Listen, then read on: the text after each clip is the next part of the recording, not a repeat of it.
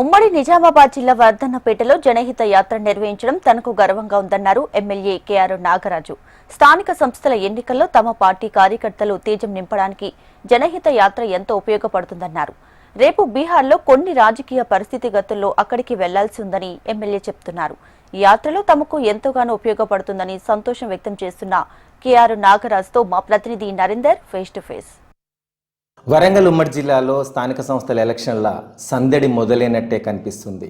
ఇవాళ జనహిత పాదయాత్ర పేరుతో కాంగ్రెస్ పార్టీ రాష్ట్ర అధ్యక్షుడు మహేష్ కుమార్ గౌడ్ అధ్యక్షతన రాష్ట్ర వ్యవహారాల ఇన్ఛార్జ్ మీనాక్షి నటరాజన్ గారి పాదయాత్ర వర్ధన్నపేట లోపల రేపు 25వ తారీఖు నాడు ఉంది. ఆ వర్ధన్నపేట నియోజకవర్గాన్నే ఎందుకు ఎంచుకున్నారు, వరంగల్ ఉమ్మడి జిల్లాలో ఆ స్థానం నుండే ఎందుకు కొనసాగుతుంది? మనతో వర్ధన్నపేట ఎమ్మెల్యే నాగరాజ్ గారు ఉన్నారు. ఆయన అడిగి తెలుసుకుందాం. సార్ నమస్తే. నమస్తే సార్ చెప్పండి సార్, మీ నియోజకవర్గంలోనే తొలి అడుగు పడుతుంది పాదయాత్ర, ఎందుకంటారు? దానికి ఏ విధమైన రూట్ మ్యాప్ చేశారు? నమస్తే అండి.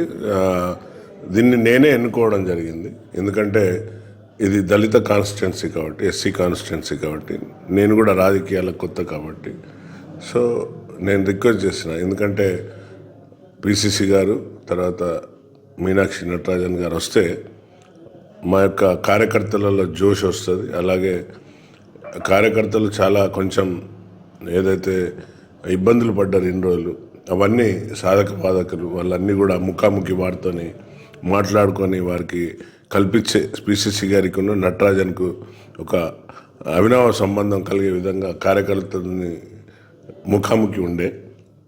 కానీ డ్యూ టు 25 ప్రోగ్రాం ఒక్కటే పాదయాత్ర ఉంది. 26వ తారీఖు అది డ్యూ టు బీహార్ వెళ్ళవలసి వస్తుంది అర్జెంటుగా. సో వీరందరూ కూడా నటరాజన్ గారును మహేష్ కుమార్ గౌడ్ పాదయాత్ర కాగానే మళ్ళీ బీహార్కు వెళ్ళడం జరుగుతుంది.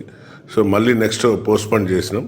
మళ్ళీ కార్యకర్తలతోని ముఖాముఖి తప్పనిసరిగా గౌరవనీయులు పిసిసి మహేష్ గౌడ్ గారు అలాగే మా యొక్క ఏఐసిసి నటరాజన్ గారితో ఉందండి.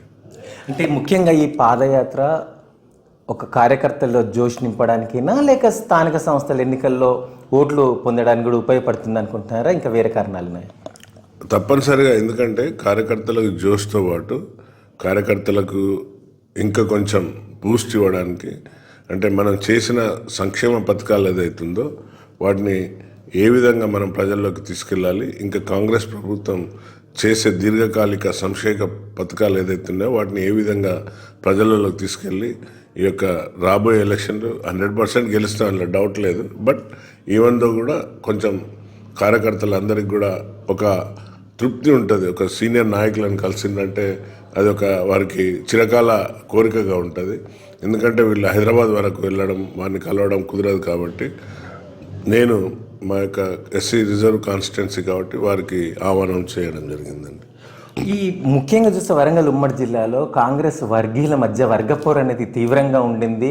క్రమశిక్షణ కమిటీ దగ్గరకు వెళ్ళడం కూడా జరిగింది. వారు మందలించిన అనంతరం కూడా మొన్న రాజీవ్ గాంధీ